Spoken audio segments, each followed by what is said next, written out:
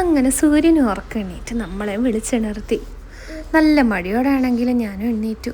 ദേ എൻ്റെ കുരുപ്പപ്പുറത്ത് കിടന്ന് ഉറങ്ങുന്നുണ്ട്.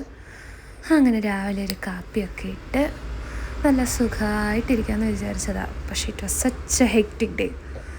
അങ്ങനെ കടയിലേക്ക് വേണ്ടുന്ന നന്നാറിയൊക്കെ അന്ന് തന്നെ ഞാൻ ഉണ്ടാക്കി പ്രിപ്പയർ ചെയ്ത് വെച്ചു. ഒരു വലിയ ബാച്ചായിട്ടാണ് നമ്മൾ ഉണ്ടാക്കുന്നത്. അങ്ങനെ ഉച്ചയോടെ ഞാൻ എൻ്റെ ഫസ്റ്റ് ഷോപ്പിലേക്ക് പോയി. ഇവിടുന്ന് നമുക്ക് 5 കിലോമീറ്റർ വരെയൊക്കെ ഫ്രീ ഡെലിവറി ചെയ്യുന്നുണ്ട് കേട്ടോ. സാധനങ്ങൾ എന്തെങ്കിലും വേണമെങ്കിൽ പറഞ്ഞാൽ മതി.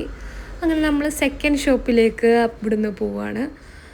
അങ്ങനെ ഉച്ച തിരിഞ്ഞ് ഒരു വൈകുന്നേരം തൊട്ട് രാത്രി വരെ ഞങ്ങൾ എന്തായാലും ഇവിടെ തന്നെ സ്പെൻഡ്. രാത്രി ആവുന്നവരെ സമയം പോകുന്നത് ഒരു ഐഡിയ ഇല്ലാണ്ടാണ്. ക്ലോക്കൊക്കെ എന്ത് സ്പീഡിൽ ഓടുന്നതെന്നറിയോ. ഞങ്ങൾ കസ്റ്റമേഴ്സിനെ വെയിറ്റ് ചെയ്യുക, കസ്റ്റമേഴ്സ് വരിക, അറ്റൻഡ് ചെയ്യുക, ഇടയ്ക്ക് കുഞ്ഞിന് ഉറക്കം വരും, കുഞ്ഞിനെ ഉറക്കുക. അങ്ങനെ രാത്രിയാവുന്നത് നോക്കിക്കൊണ്ടേയിരിക്കുക. രാത്രിയാകുമ്പോൾ പോയി കിടക്കുക, ബെഡ് കാണുക, ഉറങ്ങുക.